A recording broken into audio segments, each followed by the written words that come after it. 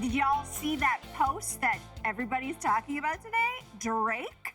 He says he wants the WNBA to expand into Canada. So he posted, quote, "I need a Toronto team." That was in an Instagram story yesterday. And as I said, now everyone, of course, is talking about it. Is this going to become a reality because Drake wants it? I really hope so. I feel like Toronto is very thirsty for basketball and Drake could actually make this happen. And I'm being super optimistic about it. I feel like if they build it, they will come with, mind you, quite a bit of support, quite a bit of advertising and global advertising, because the WNBA is bigger and more beloved, I feel like, outside of North America in many instances. You know what I mean? You got to build it and they will come. I had a little talk with an old friend today. Her name's Marcy, and she is like an OG Raptors fan. And she reminded me, 20 years ago, the Raptors couldn't fill the seats. Like, there were empty seats everywhere. People made fun of their uniforms. Even the Raptor was a joke, remember? The Raptor was a joke. They called and the uniforms, they called him Barney.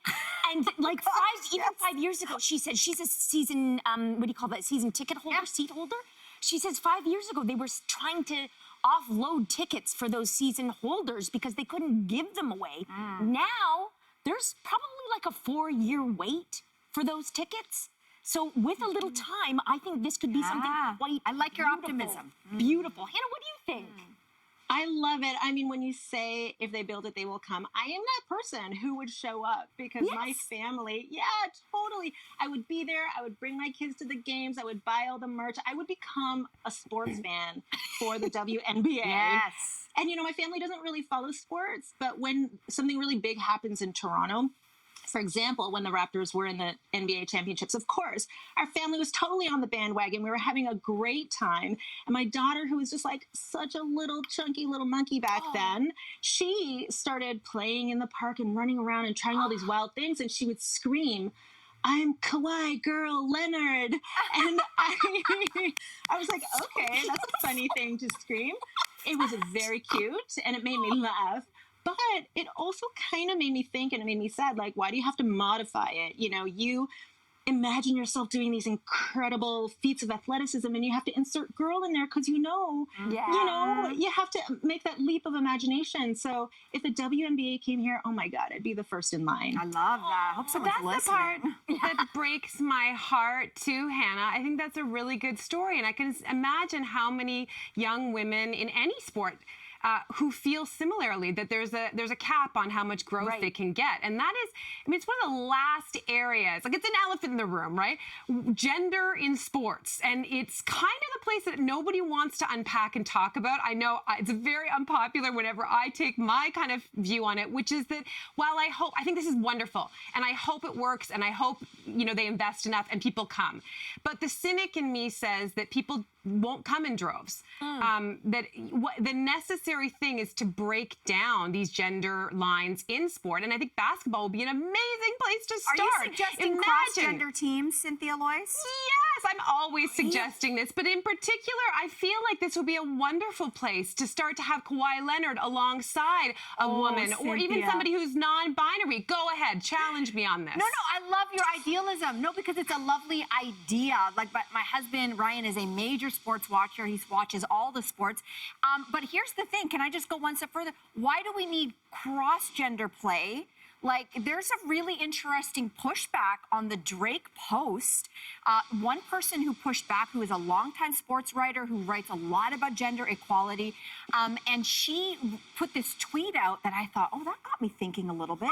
And essentially she was saying, why is it that, like, we basically don't need men to be throwing out, this is the actual thing. This is Brittany de la Cretaz, and she writes, "I do not care about Drake wearing a WNBA hoodie or MNBA player wearing one, which male athlete showed up to a W game. The legitimacy of the league does not depend on men tossing crumbs of validation at it." Ooh, I love that. And this woman, I thought, you know, she's got a point. She has a point. But I don't think a little fairy dust from Drake necessarily will hurt. The question people will say is, will Drake pony up, instead of just a post, which is already a start for a lot of people, will he pony up more than just an Instagram story? So the average WNBA team is about $7 to $35 million, which is far less. That's how much it costs to put in your shopping cart You online. want to put it in your shopping I'm cart going to go buy and a team, you know, is in a shopping cart. We're going to call them the Toronto whatever we're going to call them, and will you pony it up? What we do need is some kind of major corporate backing. We have infrastructure in this country called Maple Leaf Sports and Entertainment, who own a lot of big teams like the Raptors, the Maple Leafs, the Toronto FC, the Argos. The MLSE is primed and ready. So I kind of say, Drake, you probably have an inside line to the MLSE. Yeah. Somebody want to pony up some dough? Yeah. Somebody you wanna? can, but the thing is to go back to what Jess said before.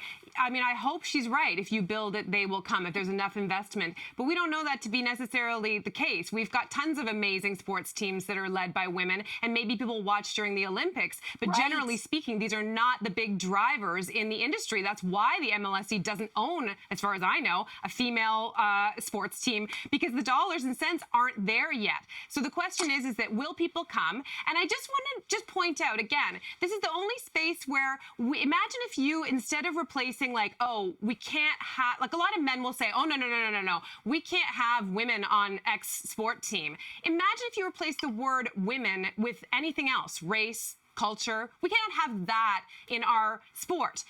I think that would be deeply, deeply problematic. And as we start to see more and more people, redefining gender, coming out as non-binary, you need to start questioning where these lines are divided and how to actually bring women up to the pay scale of men. And to me, again, I hope I'm wrong. I hope maybe we can do it both ways. I don't know, but I think it's an elephant in the room, and it's a conversation we need to start having. Oh, you know what? Speaking of pay equity, somebody wrote to us, which of course now it's going to take me 5 hours. Oh, here she is. Maria on Facebook. The text sometimes doesn't work in my favor. Maria on Facebook writes to us, as long as Drake is willing to ensure pay equity between the NBA and WNBA players, it is shameful, the inequity, when it comes to comparing salaries of professional female and male athletes. Soccer, tennis, and golf come to mind. And when we start talking about that, if you're at the low pay end of the NBA, it's roughly $800,000 to $850,000 a year. The low end in the WNBA is just over $40,000 US a year. So yes, we have major pay disparity. There we go. Like major pay disparity. I rest my case. Anyway.